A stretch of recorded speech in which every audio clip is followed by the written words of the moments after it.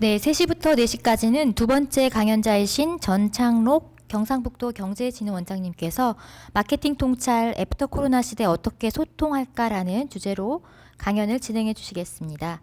전창록 교수님을 모시도록 하겠습니다.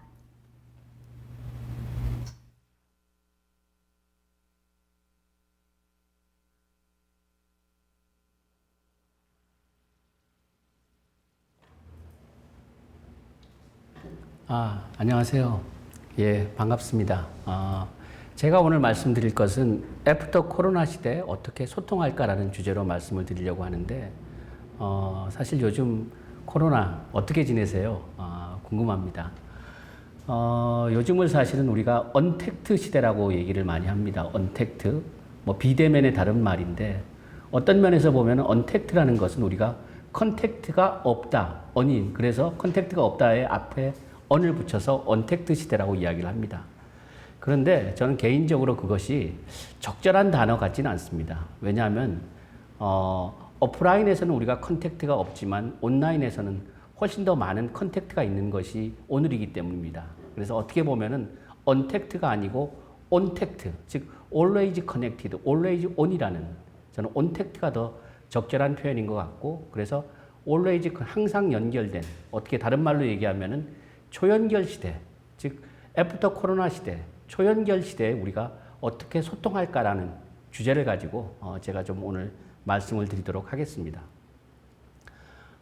저는 여기 있는 대로 사실은 그 고대에서 공부를 했고, 텍사스 오스틴에서 하이텍 마케팅을 했습니다. 그리고 삼성전자에서 마케팅을 좀 총괄을 했었고, 4차 산업혁명 시대 어떻게 일할 것인가라는 책을 쓰기도 했고, 조선일보나 한국경제 같은 데서 기고를 하고 있습니다. 혹시 밑에 있는 대로 브런치라든가 페이스북에 가면은 제가 썼던 글들을 볼 수 있으니까 들어오시면 좋을 것 같습니다.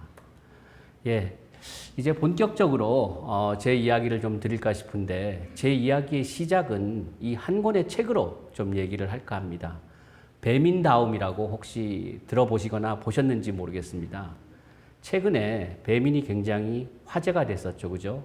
그 배달의 민족이 배달 수수료를 기존의 정액제에서 5.8% 정률제로 올리면서 많은 사실은 논란이 됐었습니다. 더군다나 이제 배달의 민족이 독일의 딜리버리 히어로즈에 이제 인수되면서 배달의 독과점 논란까지 불러일으키고, 거기에 일부 정치인들이 이제 사실은 공공 배달앱 문제를 들고 오면서 굉장히 논란이 됐습니다. 그렇지만 그 논란의 어떤 그 본질이 꼭 어떤 정액제, 정률제라는 금액만이 있었느냐, 아니면은 배달의 민족에 대한 어떤 그 사람들의 기대, 배달의 민족 다움이라는 기대, 그 기대가 무너지면서 사람들이 더 화가 난 것이 아닌가, 이런 생각을 해봤습니다. 그래서 오늘 이 배민다움에 대한 이야기도 나중에 좀 자세히 하면서, 도대체 이 다움이 오늘의 초연결 시대에 왜 이렇게 다움이라는 부분이 중요한 것인가 하는 이야기를 좀 드리고자 합니다. 오늘 제 얘기는 1부, 2부로 나누어서 1부는 다움에 대한 이야기를 얘기하고 2부는 한 명에 대한 이야기를 좀 할까 합니다. 그래서 1부 다음에서는 도대체 왜 다움이 중요하고 무엇이 다움이고 우리가 어떻게 다움을 만들 것인가에 대한 이야기를 좀 드리고자 합니다. 최근에 이제 우리가 초연결성 시대라는 얘기를 굉장히 많이 합니다. 예전에 보면은 2020년이 되면은 시스코의 존 챔버스 회장 같은 분은 한 1조 개의 IoT 센서가 전 지구를 뒤덮어서 사물과 사물끼리 어떤 그 커뮤니케이션을 할 거다라는 얘기를 했고, 그러한 것들 때문에 우리가 반도체 슈퍼사이클이라는 얘기를 하기도 합니다. 또 사물만 연결된 것이 아니고 사람도 많이 연결돼 있죠. 사실 페이스북을 보면은 가입자가 26억 명 정도의 가입자를 가지고 있습니다. 지구상의 어느 나라보다도 많은 가입자를 가지고 있죠. 그런 수치가 아니더라도 여기 있는 이 한 장의 그림도 우리가 얼마나 연결되어 있느냐를 보여주고 있습니다. 여러분들 혹시 최근에 창원에 있는 NC 다이노스의 팬이 엄청나게 늘었다는 얘기를 좀 들으셨나요? 여기 있는 것처럼 사실은 이 그림 자체는, 이 포스터 자체는 미국에 있는 노스캐롤라이나의 그 NC 다이노스 팬이 그린 것입니다. 알겠지만은 미국은 아직 프로야구가 개막을 안 했고 한국이 전 세계에서 가장 먼저 프로야구를 개막했습니다. 그러다 보니까 이제 미국에 있는 프로야구 팬들이 한국의 프로야구를 보다 보니까 NC 다이노스를 발견한 거죠. 그래서 NC라는 말이 미국에서 노스캐롤라이나 주를 얘기합니다. 인구 한 1,000만 명 정도의 주인데 그 주에는 프로야구 팀이 없습니다. 또 해픈투비 비슷한 것이 NC 다이노스, 이 노스캐롤라이나 주의 상징 동물이 공룡입니다. 그리고 주의 어떤 상징색이 흰색과 청색을 좋아해서 쓰는 것입니다. 그러다 보니까 노스캐롤라이나에 있는 야구 팬들이 우리나라에 있는 창원의 NC 다이노스를 응원하게 됐다는 거죠. 즉 이렇게 세계가 글로벌리 우리가 정말 연결된 시대. 비록 비대면, 오프라인에서는 대면이 적을지 모르지만 온라인에서는 훨씬 더 많은 컨택이 일어나고 있는 시대에 우리가 살고 있다는 얘기를 제가 좀 드리고 싶습니다. 그래서 이러한 연결성을 좀 따져놓고 보면 한 3가지 차원의 연결성이 있을 것 같습니다. 첫 번째는 모바일 연결성입니다. 즉 언제 어디서나 우리가 always connected 돼 있다. 그래서 언제나 어디서나 연결할 수 있는 모바일 연결성. 두 번째는 단순히 연결된 것들이 넘어서서 온라인과 오프라인이 연결되고 가상과 현실이 연결되는 이런 옴니채널 연결성. 그리고 아까 제가 말씀드렸지만은 세계가 연결되고 그다음에 한 사람의 개인이 세상과 연결되는 이런 어떤 글로벌 연결성. 이러한 부분들이 사실은 이러한 연결성들이 소비자의 태도에 어떤 변화를 갖고 오느냐.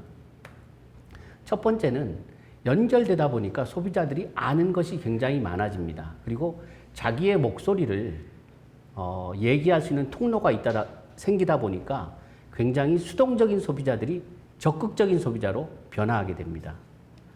그리고 예전 같으면 나의 어떤 구매 결정이 오롯이 나 개인에서 끝나겠지만은 내가 구매한 것들을 사회적으로 공유하고 나의 페이스북에 올리고 인스타그램에 올리다 보니까 개인적 구매가 아니고 사회적 구매로 바뀌게 되는 것입니다. 그래서 이러한 연결성이 소비자들에게 이러한 변화를 가져옵니다. 이러한 변화의 결과 어떤 일들이 일어나느냐. 즉 소비자들이 아는 것이 많아지고 힘이 세지고 하면서 어떤 일들이 일어나느냐. 왼쪽에 있는 사진은 돌체앤가바나의 광고입니다. 돌체앤가바나 중국에서 가장 인기 있는 핫한 럭셔리 브랜드 중에 하나였죠. 그래서 돌체앤가바나에서 광고를 만듭니다. 이 광고를 여러분들도 보시면 아시겠지만은 동양인처럼 보이는 여자가 이제 젓가락을 가지고 스파게티를 막 먹습니다. 스파게티를 먹는데 이게 잘 안 돼요. 젓가락으로 먹다 보니까. 그래서 밑에 있는 것처럼 마지막에는 이 여자가 이제 손가락으로 그냥 젓가락을 집어 던지고 손으로 스파게티를 먹게 됩니다. 그래서 이 광고가 나갔더니 이제 중국 소비자들이 인종차별이다, 중국을 모독한다, 동양 문화를 모독한다라고 해서 굉장히 들끓었습니다. 이게 실제 소비자들의 어떤 비난이 들끓다 보니까 돌체앤가바나가 중국의 문화를 모욕했다고 해서 공식적으로 사과를 했습니다. 근데 사과하고 상관없이 돌체앤가바나의 디자이너하고 창업자인 사람이 자기 친구들하고 이렇게 SNS에서 뭐라고 얘기를 했냐면은 애들이 너무 정말 매너가 없다. 이건 그냥 광고인데. 그래서 중국인들을 욕하면서 중국은 마피아다. 중국인들은 거대한 똥이다. 우리는 니네가 없어도 충분히 사업을 할 수 있다라고 이렇게 자기 친구들하고 사이에서 SNS를 했는데 이 본인의 퍼스널 계정이 해킹을 당합니다. 그래서 그 내용들이 중국에 알려지고 나니까 중국에서는 이제 정말 활활 불타오르면서 돌체앤가바나가 거의 중국에서 퇴출될 위기에까지 이르렀다는 얘기입니다. 즉 이 얘기는 뭐냐 하면은 이제는 우리가 보여주고자 하는 모습만 보여줄 수 없는 시대라는 거죠, 사실은. 우리가 감추고자 하는 모습들도, 감추고자 하는 이야기들도 보여질 수밖에 없는 시대에 살고 있다는 얘기가 바로 이 한 장의 그림으로 우리가 알 수가 있습니다. 또 옆에 사진은 또 그 반대의 이야기인데 문재인 대통령이 취임한 첫 해에 이제 한 8월 달쯤에 기업인들 길을 살려주겠다라고 해서 청와대 상춘제에서 호프데이를 엽니다. 그래서 그 호프데이에 쟁쟁한 재계 거물들을 초대합니다. 여러분 보시면 아시겠지만 오른쪽에 계신 분이 CJ의 손경식 부회장, 그 다음 분이 지금은 아니지만 그 당시에는 LG전자의 구본준 부회장입니다. 이런 쟁쟁한 거물들을 제치고 가장 앞에 서 계신 분이 누군지 아시겠어요, 여러분들? 예, 이분이 바로 오뚜기의 하명준 회장이었습니다. 오뚜기의 하명준 회장. 그래서 아시겠지만 그 당시에 우리가 오뚜기가 가뚜기라는 얘기를 굉장히 많이 했었습니다. 오뚜기가 신이 됐다라는 얘기죠. 그런데 오뚜기가 가뚜기가 된 것도 사실은 작은 소비자의 하나의 어떤 그 게시물에서 비롯됐습니다. 어느 소비자가 오뚜기 진라면을 구입을 했어요. 오뚜기 진라면을 구입을 하고 막상 뜯어보니까 거기에 이제 그 스프가 이미 터져 있었던 거죠. 그래서 본인도 별 기대를 안 하고 오뚜기 이제 소비자 상담실에다가 이렇게 스프가 터졌습니다라고 해서 보냈더니 너무나 정중하게 사과 편지와 함께 진라면 한 박스를 보내준 거예요. 그래서 감동한 소비자가 이제 이 사실을 SNS 상에 올렸고 올리니까 이 얘기들이 막 퍼져나가기 시작했습니다. 이 얘기가 퍼져나가는 중에 나왔던 얘기가 야, 오뚜기는 알고 봤더니 상속세를 100% 다 냈더래. 그리고 오뚜기는 매장에서 근무하는 직원들도 다 정규직을 쓰더라라는 뭐 이런 어떤 선행적인 이야기들이 더해지면서 오뚜기가 가뚜기가 되고 여기 있는 대로 하명준 회장이 뭐 그 문재인 대통령 호프데이 때 쟁쟁한 어떤 재계 거물들을 제치고 앞에 서서 얘기를 할 수 있었다라는 거죠. 즉, 이 얘기도 뭐냐 하면은 작은 얘기 하나가, 즉, 나의 작은 얘기가 세상을 감동시킬 수 있고 세상이 감동할 만하다라고 하면은 빛의 속도로 퍼져나가는 시대에 우리가 살고 있다라는 거죠. 즉, 그래서 어떻게 보면은 에이브람 링컨이 이런 이야기를 했었습니다.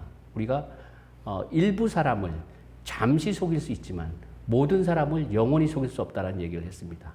어떻게 보면 우리가 지금 바로 그런 시대에 살고 있는 거죠. 그러다 보니까 나다움의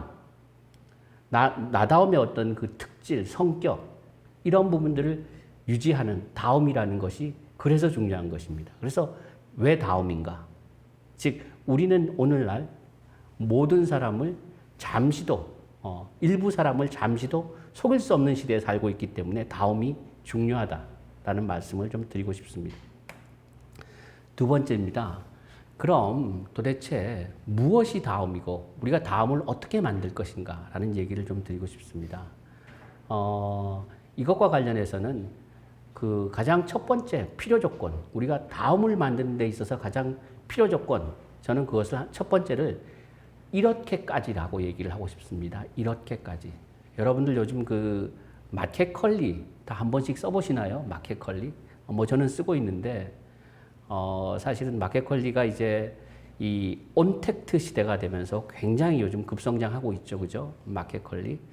근데 이 마켓컬리를 만든 사람이 김슬아 대표라는 사람입니다. 이분이 원래 이제 그 컨설팅 회사에 다니고 있었는데 뭐 아시겠지만 컨설팅 회사의 컨설턴트의 삶이라는 게 매일 저녁 9시가 넘어서 퇴근을 하고 그러다 보니까 뭐 본인이 사실은 장을 볼 시간도 없고 도대체가 뭐 생활이 안 되는 거죠.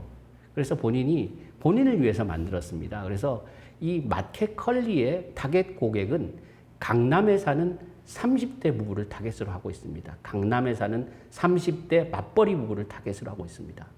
이런 타겟을 딱 정하고 나서 마켓컬리가 어떻게 했느냐.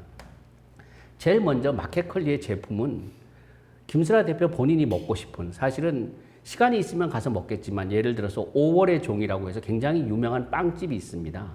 보통 줄을 서서야만 먹을 수 있는 5월의 종, 또 마장동에 가면 본앤브레드라고 그 유명한 고깃집이 있습니다. 그 고깃집도 뭐 보통 대기가 뭐 몇 개월씩 밀려 있는 고깃집입니다. 즉 정말 강남에 사는 고소득 맞벌이 부부가 먹고 싶은 제품들만을 픽업해서 제품을 제공을 합니다. 그 다음에 가격도, 그 다음에 그 제품의 양도 일반적으로 하는 것이 아니고 강남에 사는 맞벌이 부부라고 하면은 둘만 있거나 아니면 하나 더 있다라고 하면 아주 어린 아이 정도 하나 있겠죠. 그래서 3인 가족이 먹을 수 있는 양을 기준으로 해서 가격을 세팅을 합니다. 그래서 딱 그들이 먹을 수 있는 양과 가격을 세팅을 합니다.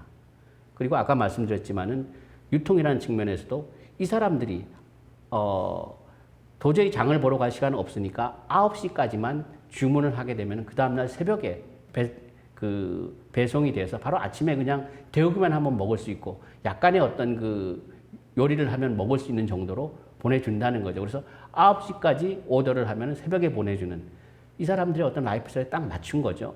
그리고 프로모션이라는 측면에서도 보면은 이 마켓컬리의 어떤 상징색은 보라색입니다. 강남에 사는 30대 맞벌이 부부들이 정말 좋아할 만한 색.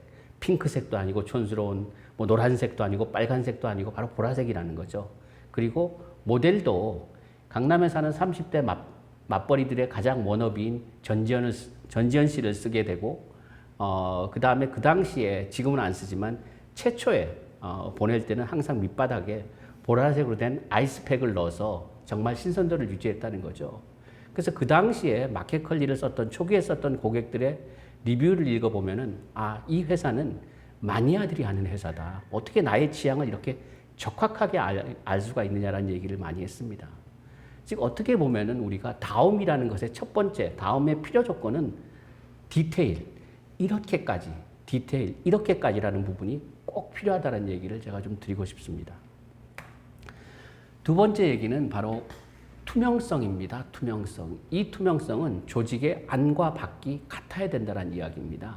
아까 돌체앤가바나 얘기처럼 우리가 보여주는 부분만 보여줘서는 투명성이 있을 수 없습니다. 우리 조직의 문화, 조직의 내부까지도 같은 다움이 있을 때 우리가 그 회사가 다움이 있다라고 이야기를 합니다.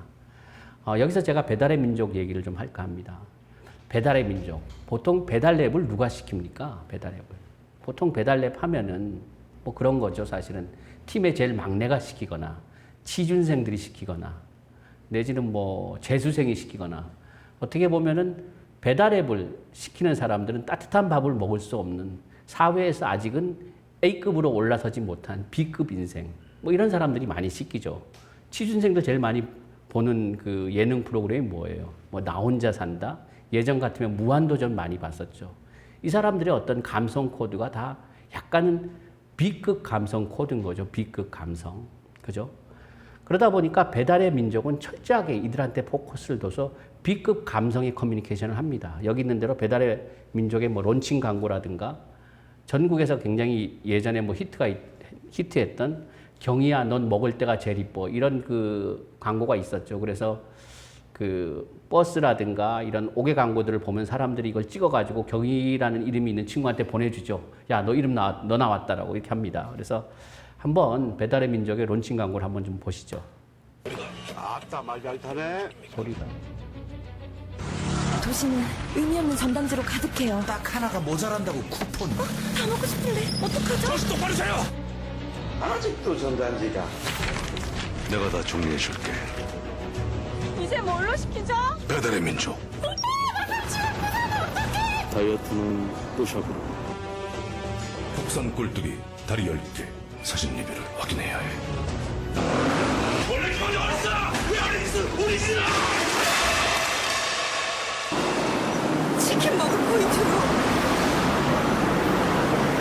깐풍기 시킬 수 있었대. 탕수육 하나 먹겠다고 평생 쿠폰이나 먹으래! 이 집이 진짜였어. 무슨 앱인지 알아? 식전이지.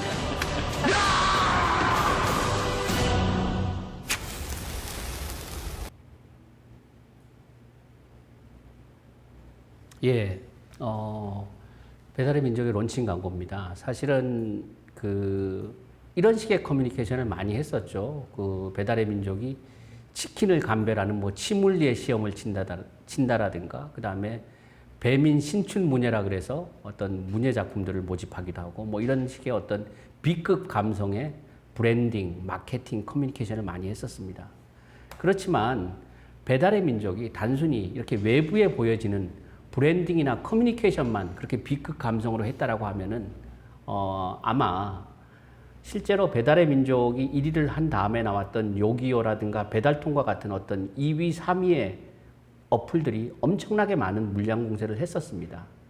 단순히 외부적 커뮤니케이션만 했었다라고 하면은 배달의 민족이 그렇게 물량 공세 속에서 55%라는 1위를 지킬 수 없었을 것입니다. 하지만 배달의 민족은 거기에 그치지 않고 아까 그 배민다움이라는 책에서 보여지는 것처럼 실제 배달의 민족 내부의 조직 문화도 그렇게 만들려고 굉장히 노력을 했었습니다. 배달의 민족의 김봉진 대표가 제가 한 인터뷰를 보니까 이런 이야기를 했습니다. 나는 직장이 재미있는 놀이터가 될 수 있을까라는 것들을 실험하고 싶다라고 얘기를 합니다.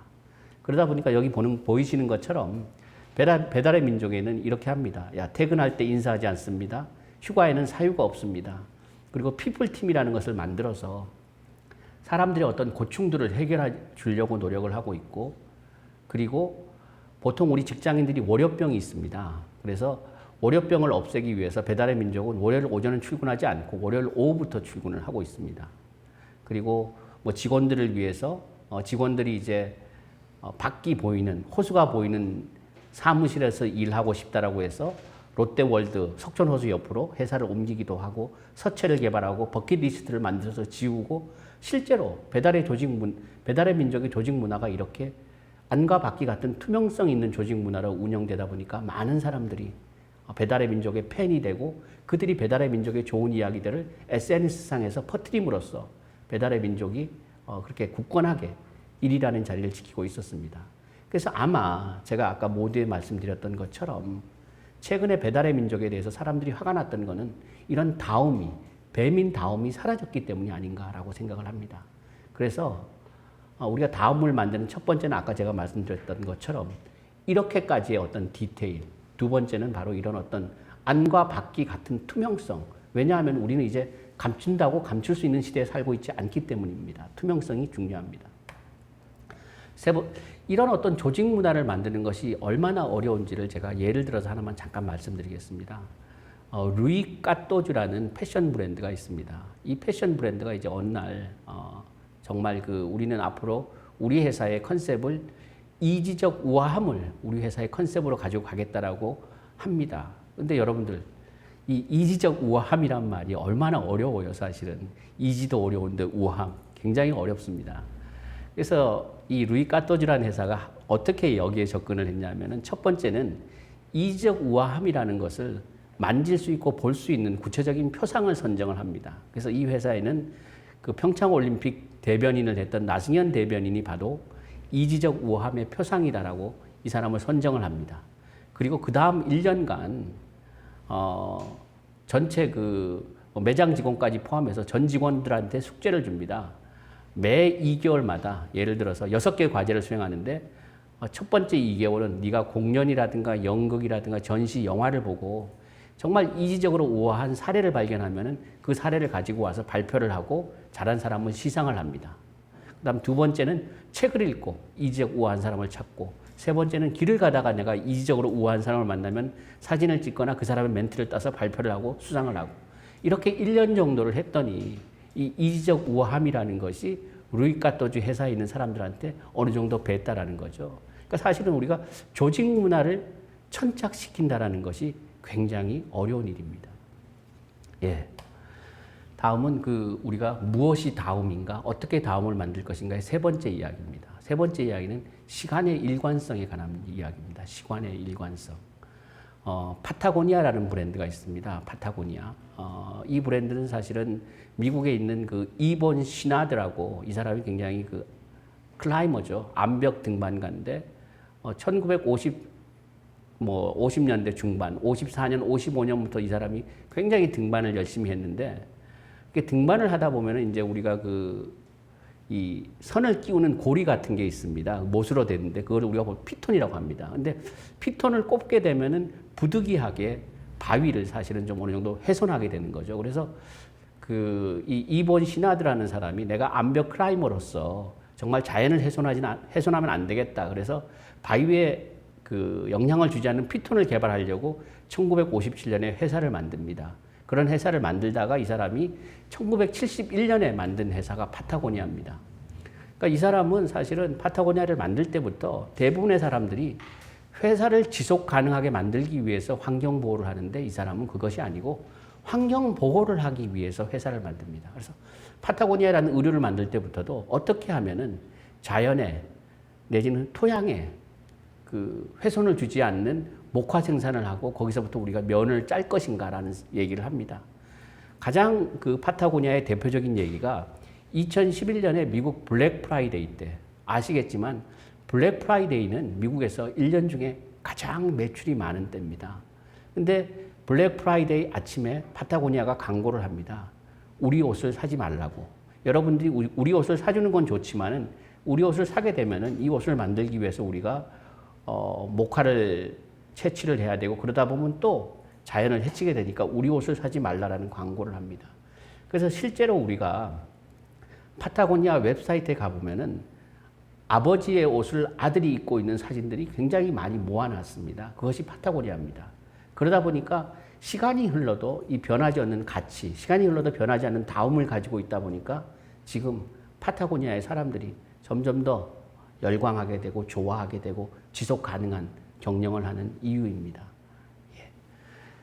제가 지금까지 말씀드린 것은 다움에 대한 얘기를 드렸습니다. 왜 다움인가?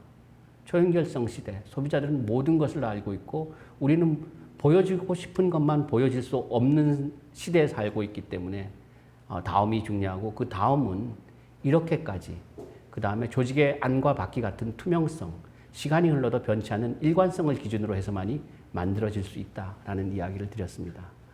이제 두 번째 이야기입니다. 한 명에 대한 이야기를 좀 할까 합니다. 한 명. 원래 마케팅이라는 것은 사실은 군사 전략과 굉장히 유사합니다. 마케팅은 우리가 마케팅의 기본이 STP라는 얘기를 합니다. Segmentation, Targeting, Positioning. 즉 시장을 나누는 거죠. 전체를 시장을 한 꾸러미로 보는 게 아니고 나누고 그 나눈 시장 세그 안에서 내가 적합한 시장을 타겟팅해서 들어가는 것이 마케팅입니다. 그래서 일종의 군사 전략과 같은데 이제는 사실은 오늘날 초연결성 시대에는 그런 마케팅 전략이 필요 없다라는 거죠. 시장을 나눌 필요가 없다라는 거죠. 이제는 단 한 명만 우리가 적확하게 공략해서 그 사람을 감동시킬 수 있으면은 그 사람이 연결된 세상을 우리가 세상을 감동시킬 수 있다는 이야기입니다. 예전에 그 주유소 습격 사건이라는 영화가 있었습니다. 주유소 습격 사건. 이 영화에서 굉장히 유명한 대사가 있었죠. 그때 이제 뭐 속칭 다구리로 이제 싸움을 하게 됐는데 그때 유호성이랑 같은 편에 있던 그 후배가 형 이렇게 다구리로 싸울 땐 도대체 어떻게 싸워야 돼? 이렇게 우리가 1대 다로 싸울 때는 어떻게 싸워야 돼? 할 때 유호성이 얘기를 합니다. 나는 딱 한 명만 패. 딱 한 명만 패면은 나머지 사람들은 다 그걸 보고 겁을 먹어서 물러나. 그래서 난 딱 한 명만 패라고 얘기를 합니다. 한 명만. 정말 이제 어떻게 보면 우리는 한 명만 패면 충분할 것 같습니다. 그 얘기를 제가 좀 드리고자 합니다. 아까 제가 연결성 얘기했습니다. 연결성의 세 가지 차원이 있고 그 연결성을 통해서 소비자가 수동적 소비자에서 적극적 소비자로 그리고 개인적인 구매가 아니고 사회적 구매를 하고 있다는 얘기를 했습니다. 이러다 보니까 우리가 소비자 마음의 문을 여는 내지는 소비자를 설득하는 데 있어서 가장 중요한 것이 바뀌게 됩니다. 과거에는 심리학적으로 우리가 소비자 마음의 문을 여는 그 고객 경로가 4A 고객 경로였다고 얘기를 합니다. 즉 aware, 인지, 제품을 인지하고 그리고 attitude, 태도를 결정하고 그 태도에 기반해서 act, 내가 구매를 하는 행동을 하고 그리고 나서 act again, 반복 구매를 하는 4A 고객 경로였다고 얘기를 합니다. 그래서 요즘은 이런 4A가 아니고 5A 고객 경로라는 얘기를 많이 합니다. 제품을 인지하고 그 다음에 그 제품이 나한테 다가오면은 이제 바로 액트하는 것이 아니고 이제 우리는 웹사이트에 들어가서 질문을 합니다. 리뷰를 찾습니다. 이 제품이 좋은지 괜찮은지 질문을 합니다. 질문에 따라서 내가 구매라는 액트 행동을 하고 내 경험이 만족스러우면 사회적 구매를 하기 때문에 내가 다시 추천을 합니다. 그래서 5A 고객 경로로 바뀝니다. 그러면 여기서 뭐가 제일 중요하냐? 바로 추천이라는 행위가 가장 중요합니다. 나의 추천이 다른 사람에 대한 질문에 대한 답변이 되기 때문에 추천이 가장 중요합니다. 그래서 이 추천을 어떻게 만들 것인가라는 얘기를 좀 드리고 싶은데 그 전에 실제로 이렇게 추천이 중요하다는 것이 이렇게 말로만 하는 것이 아니고 BCG, 보스턴 컨설팅 그룹에서 조사를 해봤습니다. 추천이 어느 정도의 영향력이 있을까 봤더니 한 2% 정도의 고객, 그 팬이라고 하죠. 팬이라는 것 말은 사실은 라틴어의 그 파움이라 그래서 열광적인 신전이라는 말에서 유래했습니다. 신전에서 그래서 열광적이다. 그래서 팬이라는 고객들은 굉장히 열광적인 고객들을 얘기하는데 2%의 고객이 20%의 매출에 직접적으로 기여를 하고 있고 이 사람들의 추천을 통해서 80%의 매출이 발생을 한다라고 이야기를 합니다. 이렇게 추천이 영향력이 있다 보니까 최근에 그 요즘 대부분의 글로벌 기업들은 NPS라는 걸 조사를 합니다. 과거에는 우리가 그냥 브랜드 애티튜드 서베이, 예를 들어서 제가 근무했던 삼성전자 같은 경우도 한 10년 전에는 우리가 바스라는 것을 많이 조사했었습니다. 브랜드 애티튜드 서베이, 브랜드에 대한 소비자들의 태도가 어떤가. 그렇지만 최근에는 삼성전자도 이 NPS, 우리 고객들이 여기 있는 대로 NPS라는 말은 넷 프로모터 스코어입니다. 정말 매장의 판촉원처럼 우리 제품을 추천해 주느냐라는 것을 가장 중요하게 보는 거죠. 그래서 순추천 고객 지수라는 것을 측정을 합니다. 통상적으로 이 순추천 고객 지수는 미국 기업의 평균 NPS는 약 5 내지 10점 정도 수준입니다. 요즘 뭐 잘하고 있다는 아마존이 한 74, 애플이 77인데 아주 독보적인 기업이 여기 하나 있죠. 그죠? 그 온라인 신발 쇼핑몰인 자포스라는 기업입니다. 이 기업의 NPS는 약 90 정도 됩니다. 90. 엄청난 거죠. 10명이 사오면 9명이 이 자포스를 추천한다는 거죠. 어떻게 이런 것들을 만들 것인가라는 얘기를 좀 드리고 싶습니다. 자포스는 굉장히 독특한 기업 문화를 가지고 있습니다.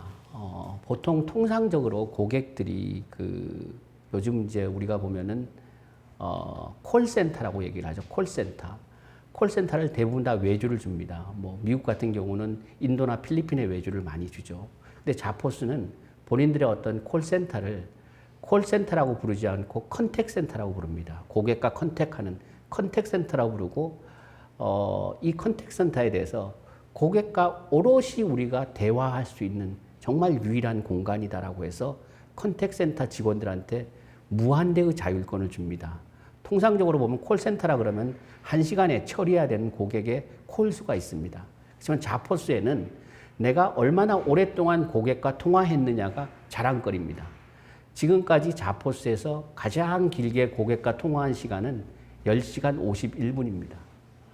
그리고 자포스를 통해서 많이 소개된 감동적인 스토리 중에 하나가 어느 고객이 그 자포스에 올린 사연입니다. 자기가 어머니를 위해서 신발을 주문을 했는데 어머니가 갑자기 돌아가셨습니다. 그러다 보니까 자포스에서 연락이 왔습니다. 아, 고객님 그 신발을 주문하셨는데 반품을 하실지 어느 결정을 하셔야 되는데 아직 얘기가 없어서 저희가 전화를 드렸습니다. 그래서 이 고객이 사실은 어머님이 급하게 돌아가셔서 내가 더 이상 신발이 필요 없게 됐는데 반품을 해야 되는데 지금 경황이 없어서 반품을 못하고 있습니다라고 얘기를 했습니다.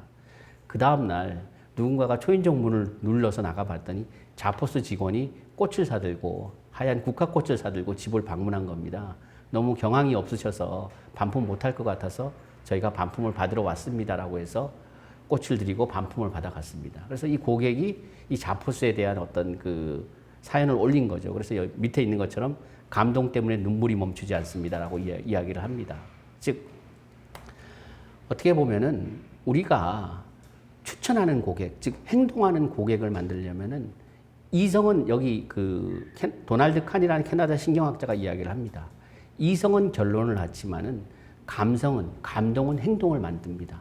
원래 우리가 영어 단어 이모션에서 앞에 이 접두를 빼버리면 모션 자체가 행동입니다. 즉 감성만이 행동을 만들 수 있습니다. 감동만이 행동을 만듭니다. 그래서 우리가 고객 감동 관리가 필요합니다. 고객 감동 관리를 어떻게 해야 되느냐?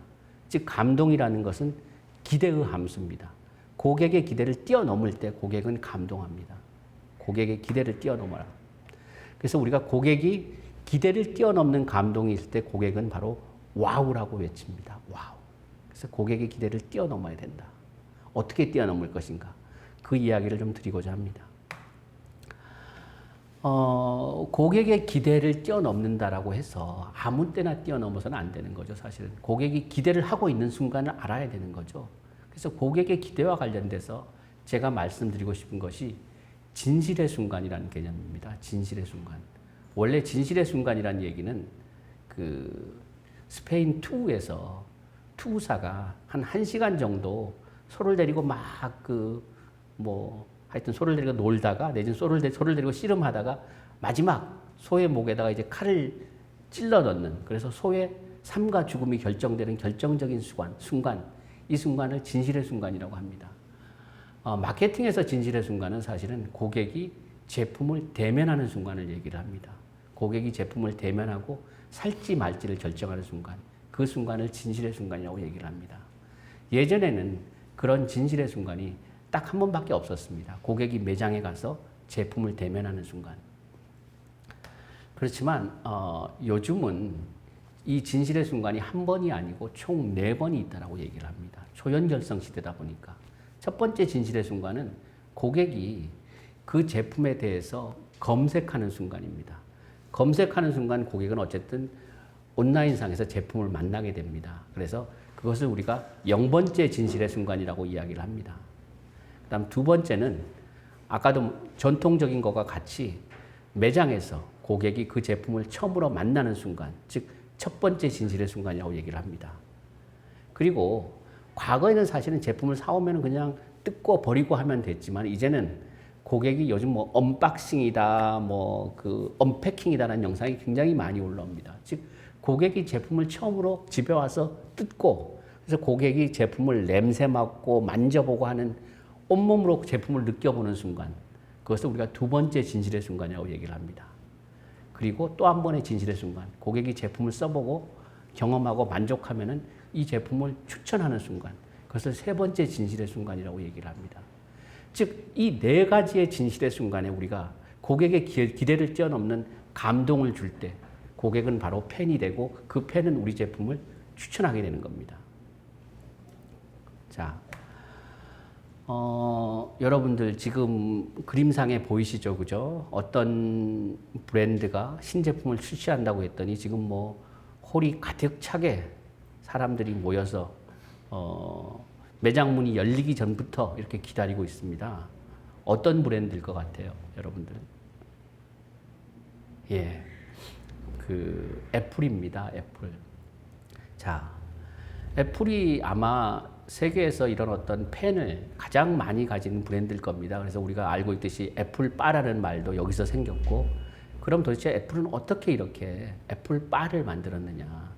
아마 제가 말씀드렸던 그 4가지 진실의 순간에 고객의 기대를 뛰어넘는 감동을 주었기 때문이 아닐까라고 생각을 합니다. 한번 하나하나 예를 가지고 좀 살펴보도록 하겠습니다. 첫 번째, 0번째 진실의 순간입니다. 애플이 아이패드 에어를 론칭할 때 보통 이제 고객들이 이제 어떤 제품을 찾아보기 위해서 아이패드 에어라는 것을 치게 되면은 애플 웹사이트로 들어갑니다. 그러면 보통 같은 경우는 다른 브랜드 같으면 거기에 제품 사진이 있고 스펙이 쫙 나열돼 있었을 겁니다. 근데 애플은 그렇게 하지 않았습니다.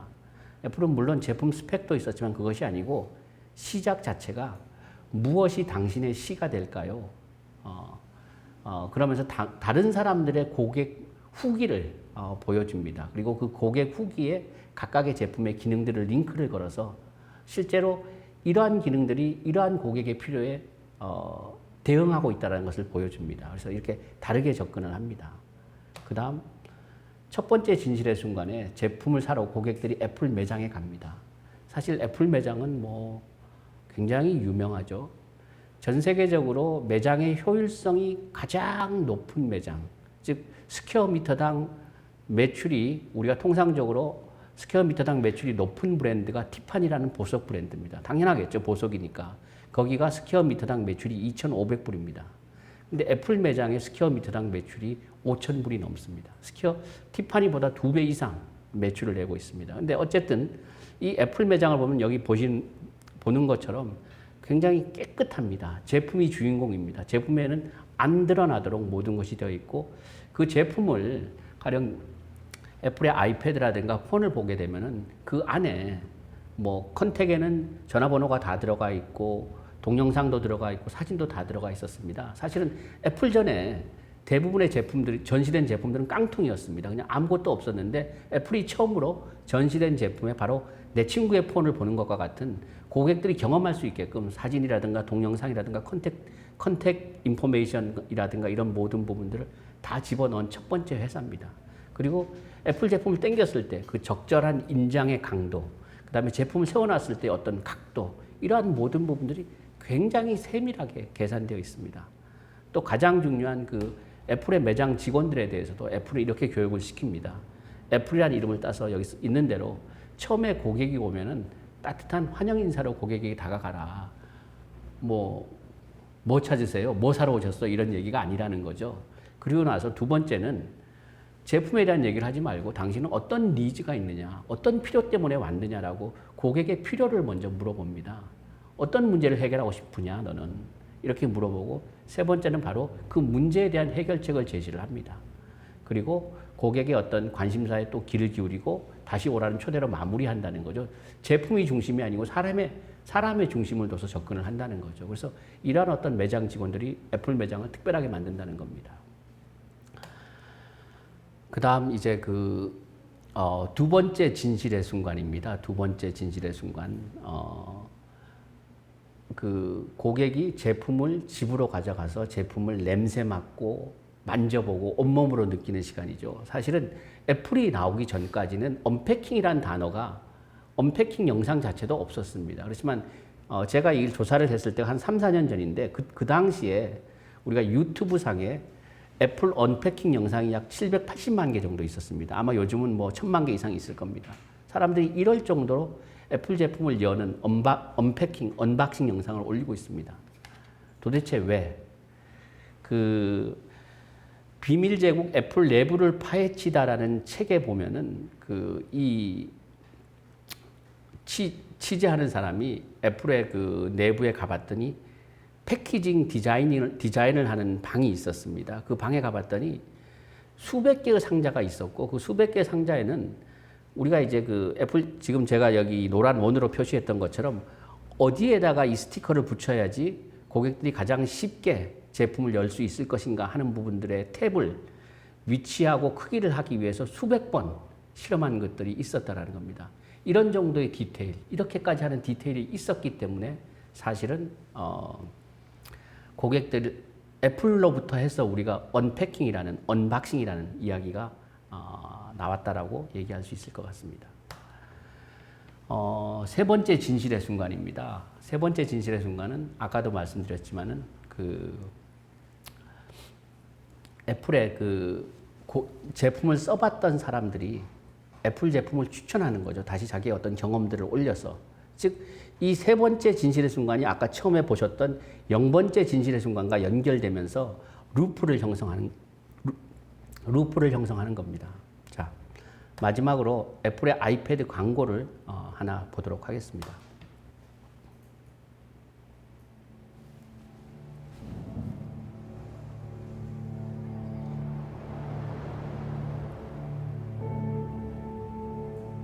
We don't read and write poetry because it's cute.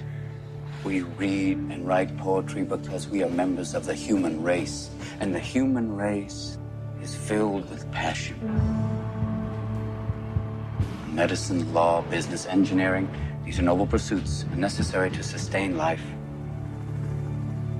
But poetry, beauty, romance, love, these are what we stay alive for.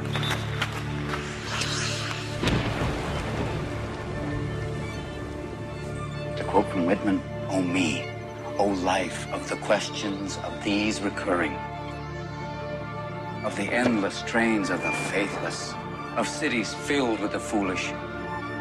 What good amid these, O me, O life? Answer, that you are here, that life exists, and identity. That the powerful play goes on and you may contribute a verse. That the powerful play goes on and you may contribute a verse. What will your verse be?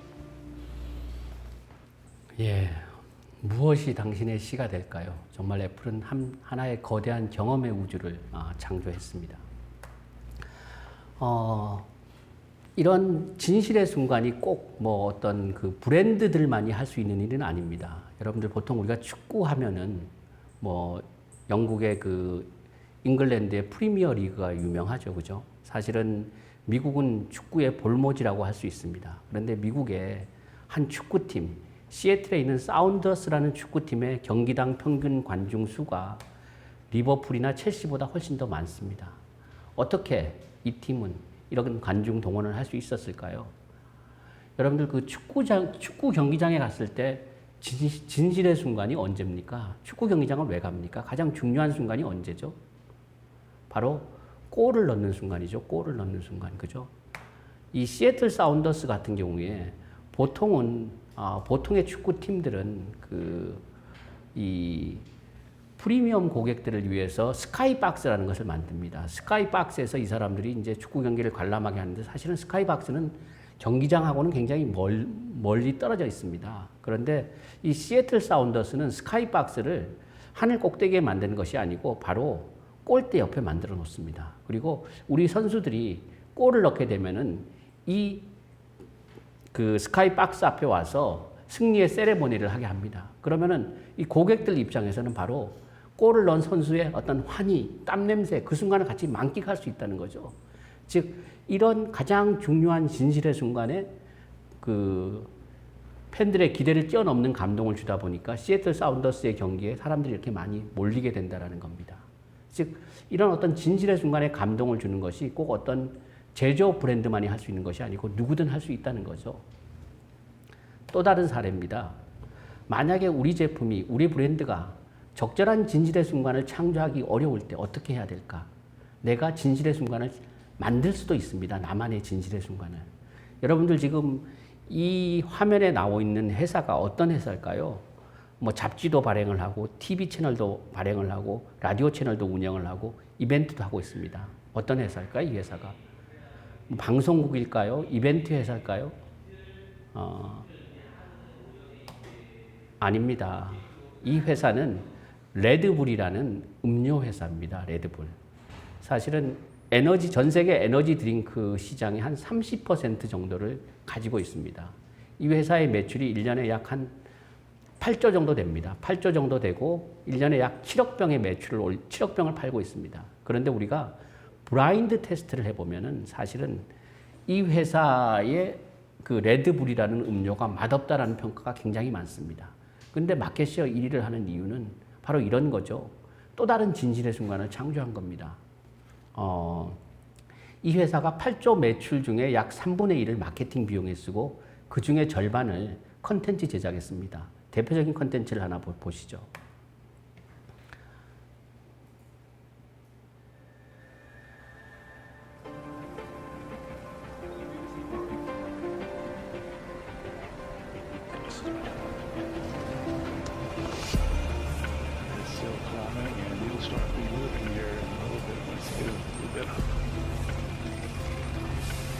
Release.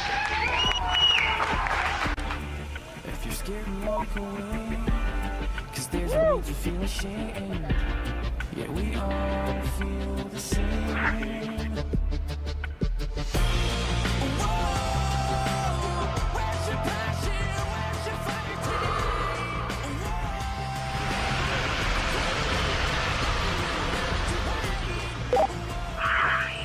All right, now.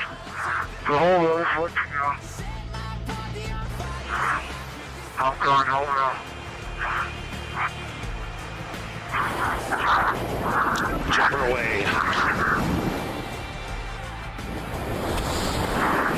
Speed 725. Showing Felix in a stable descent.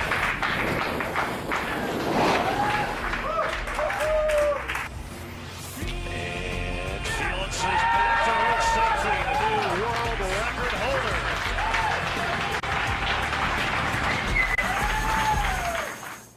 예, 이 영상이 이제 우주 점프라는 이름이 붙여진 영상인데 2012년에 이 바움가르트너라는 사람을 지상 30km, 즉 우주 상공으로 데리고 가서 거기서 그냥 자유낙하를 시킨 겁니다.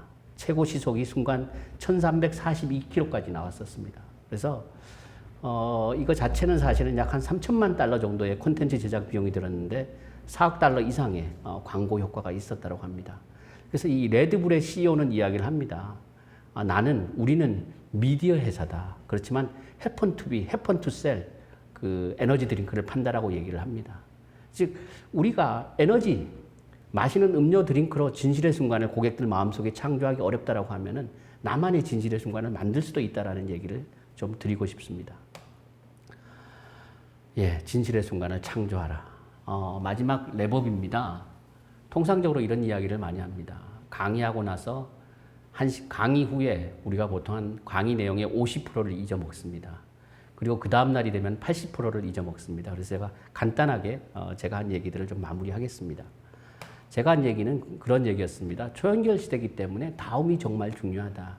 근데 다음이 뭐냐? 한 세 가지다. 첫 번째는 이렇게까지 하는 정말 디테일, 이렇게까지가 필요하다는 얘기를 했고, 두 번째는 조직의 안과 밖이 같은 투명성이 필요하다는 이야기를 했었습니다. 그리고 세 번째는 시간이 흘러도 변하지 않는 일관성이 필요하다. 이 세 가지가 있을 때 우리가 다음을 가졌다라고 얘기할 수 있다라고 얘기를 했습니다. 그럼 두 번째는 한 명에 대한 이야기를 했었습니다. 이제는 정말 추천이 중요한 시대다. 추천이 중요하다. 그럼 추천을 만들기 위해서는 우리가 고객의 진실의 순간을 알아야 된다. 지금 통상적으로 진실의 순간은 네 가지 진실의 순간이 있다라고 얘기를 한다. 애플을 예를 들어 보면은 두 번째 진실의 순간 언패킹에 엄청난 노력을 기울여서 거기에서 고객을 감동시켰다. 여러분들의 브랜드에 여러분들의 제품의 진실의 순간은 무엇이냐? 그것들을 한번 생각을 해봐라.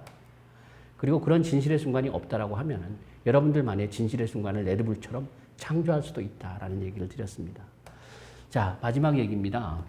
아까 제가 모두에 얘기했지만 애프터 코로나 시대, 초연결성 시대, 어떻게 보면은 링컨의 이야기처럼 이제는 우리가 모든 사람을 영원히 속일 수 없다라고 얘기했지만 그것을 더 넘어서 어떻게 보면 이제는 일부 사람을 잠시도 속일 수 없는 시대에 우리가 살고 있다. 그래서 정말 오직 다음으로 한 명을 감동시킨 것이 필요하다라는 말씀을 드리면서 제 얘기를 마칠까 합니다. 예, 들어주셔서 감사합니다. 마지막으로는 질문을 받고 끝내도록 하겠습니다.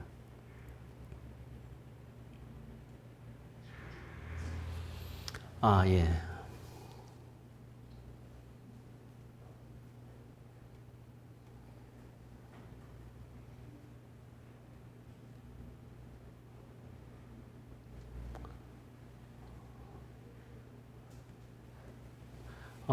이런 질문이 있네요.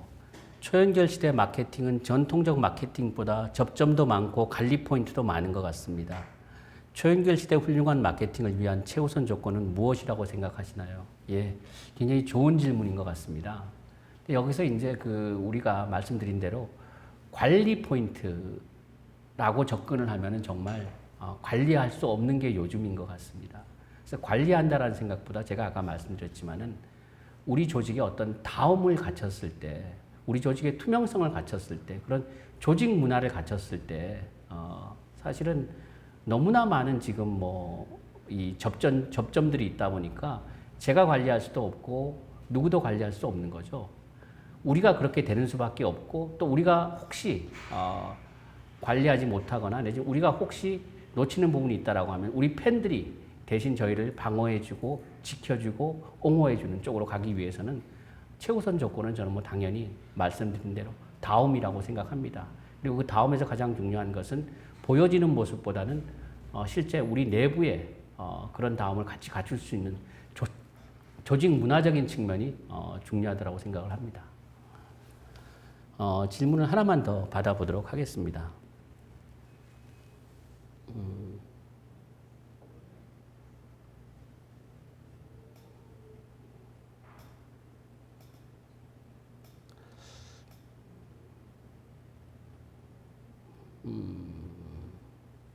다음스러운 국내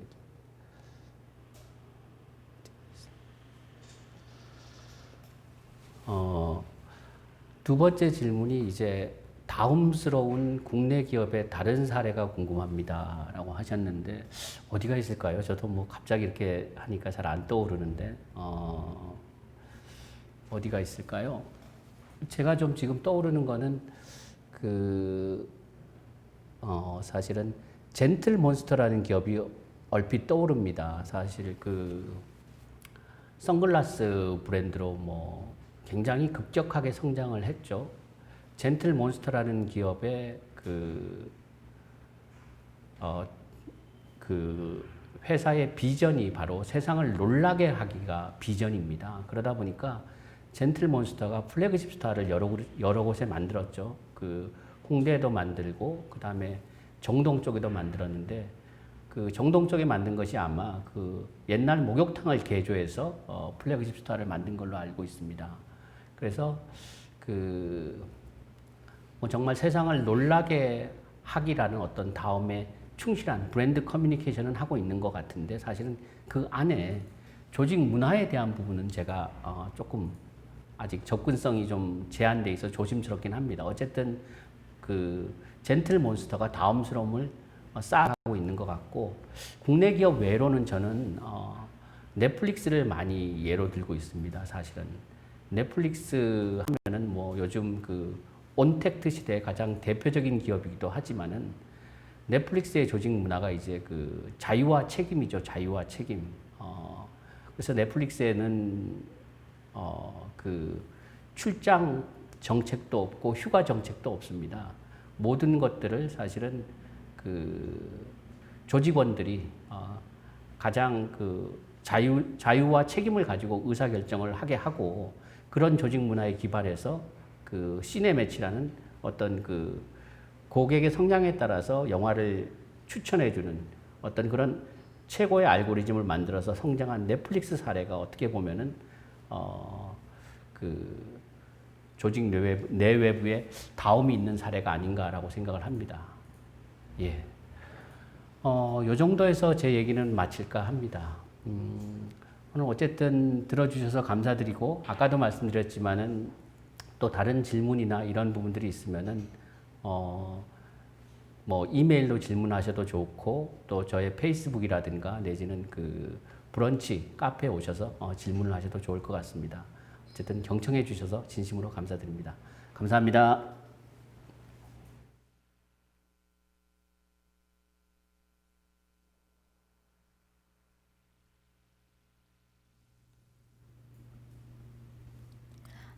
네, 이것으로 중소벤처기업연수원 웹세미나 코스메 라이브를 마치도록 하겠습니다. 중소벤처기업연수원에서는 조만간 또 다른 새로운 주제로 여러분을 다시 찾아뵙도록 하겠습니다. 앞으로도 많은 성원과 참여 부탁드리겠습니다. 감사합니다.